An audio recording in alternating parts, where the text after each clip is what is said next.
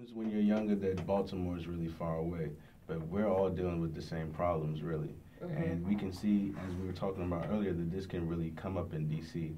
Although we kind of have a different landscape with the police and kind of a different interaction, we do still see that a lot of the kids get arrested all the time for like small things like maybe marijuana. Which is really affecting our guys. And Right. the funny thing is, when I did a study, the largest use was not in Ward 7 and 8. It was in Ward 4, I believe. But the largest amount of arrests involving marijuana was in Ward 7 and 8. So that's how backwards about it is it it's is. really like a systematic process where they arrest people and then they, cancel out the charge, but then they've gotten you in the system.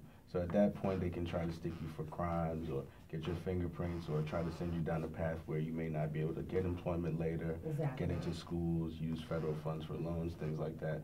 So we're trying to kind of affect the socioeconomic plane that's out here and the schemes that are in place that kind of hold people back by exposing them to, new possibilities and broadening their horizons.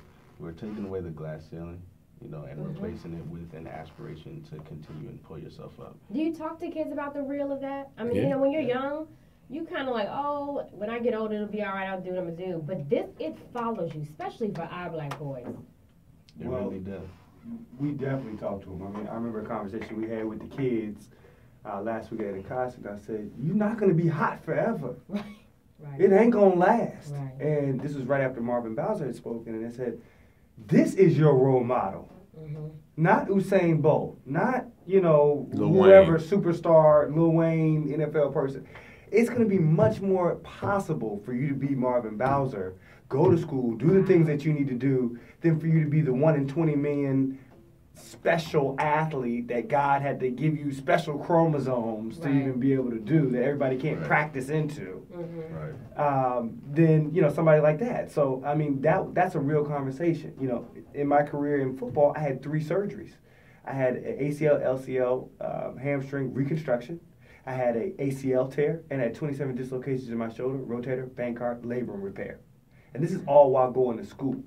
This is the reality of big-time college and professional sports. Pain. So, yes, the game is fun. Yes, the game is beautiful. Yes, you want to play him on network television and 100,000 people in the stands. But it's short-lived. And if we can use that as a medium and that flash as a medium to say, hey, look, you think you want this, but this is what you really want, then we've been successful. Right, and the kids really get a chance to get exposed to seeing other people who have used, their talents to launch to other levels.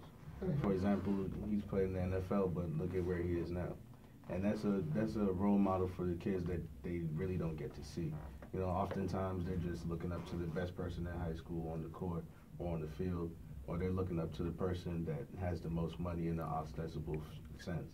So they're not really thinking of the nuances of success or the different possibilities and the different ways that one can, combine all of your different talents in your frame of reference.